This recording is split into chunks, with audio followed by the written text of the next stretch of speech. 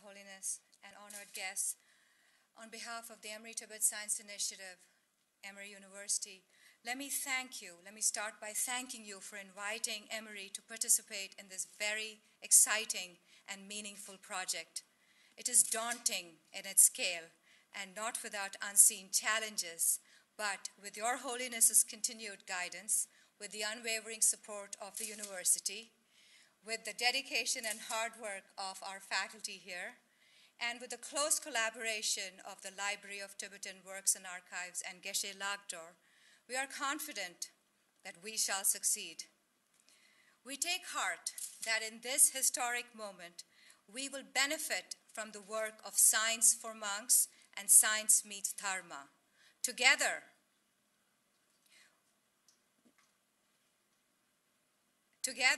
we will weave an intricate and rich tapestry of learning and understanding, and one that we hope will survive and endure.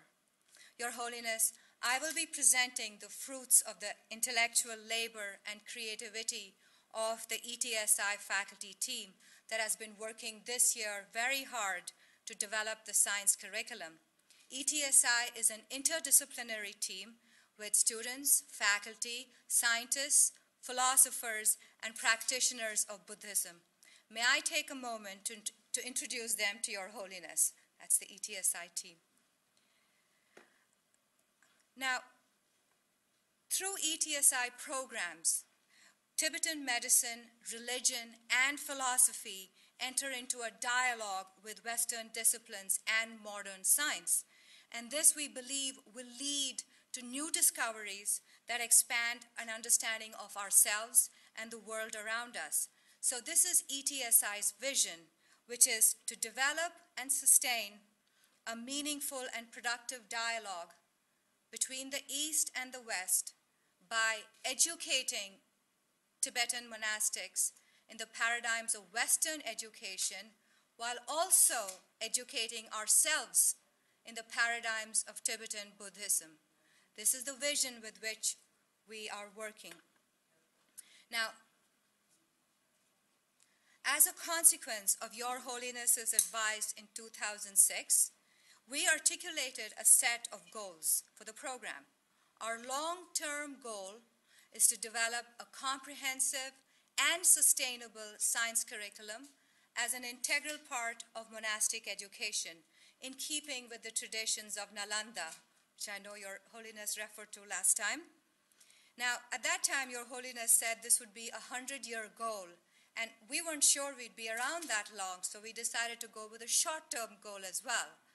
So our short-term goal is to develop a 5-year curriculum for Tibetan monastics, and in the process, we will be developing the pedagogy, developing the materials, the learning tools, the infrastructure, and also building up a cohort of instructors and translators, both from the Western community and from the Tibetan community. Now, when we think about how to achieve both comprehensiveness and sustainability, we're going to look at it in two parts. As far as the comprehensiveness is concerned, there's 4 things we have to do. We have to have adequate coverage of the science topics. We have to have a pedagogy that engages the learner, learning materials, and classroom structure. So this slide, Your Holiness, talks about the pedagogy. In our classroom instruction, we're going to start with talking about broader issues, major discoveries in science, and within the context of these major discoveries in science, we will introduce the basics and foundational concepts. We seek to connect the domains of knowledge of the East and the West. We invite discussion, and we would like to embark on a joint exploration. As far as the content is concerned, to do a good job on a comprehensive science education that covers all of science, we really would need those 100 years all over again. So we're going to focus on 4 areas: cosmology, life sciences, neurosciences, and mathematics. Now, mathematics has a special role to play in our curriculum. We believe that it is necessary for our monastic learners to understand basic concepts of math so that they can follow the reasoning of science and appreciate its beauty. So mathematics is important.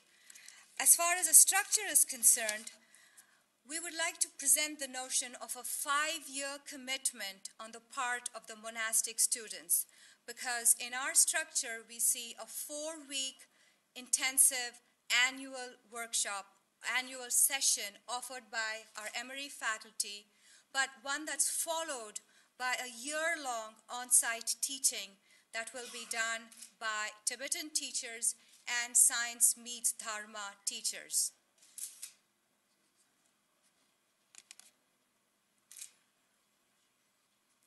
We've been working to develop the learning materials that will be appropriate for our curriculum. You have in front of you a handbook of science that our faculty have been working on. In addition, we will gather science equipment, multimedia, and other additional materials that we will translate and leave behind so they can be used in the year-long teaching that will take place once we're gone. A small note about the materials that we've developed. Our program presents unique pedagogical challenges, and each one of these learning materials needs to be developed from scratch or tailored to fit the needs of our monastic students. So the handbook that we have there for you, we presented for Your Holiness, is no ordinary textbook. It's been written, compiled, translated here at Emory by the ETSI faculty for monastic students. The textbook we've created is designed to be complex enough so that it will engage our monastic students, but also in our approach, we've made sure that any prior exposure to scientific concepts is not necessary. So it's a special kind of a textbook. In addition,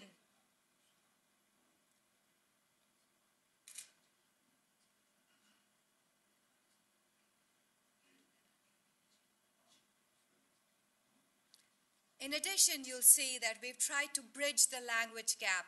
The textbook has both English and Tibetan translations side by side with illustrations, and also we've gone beyond just lecture materials to put in keywords and glossaries, but also some of the stories of the scientists who have made these major discoveries.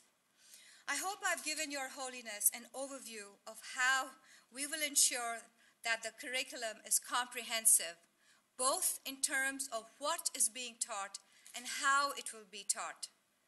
So to talk a little more about the model for long-term sustainability, I'll turn to my colleague and co-director of ETSI, Geshe Lobsang Negi.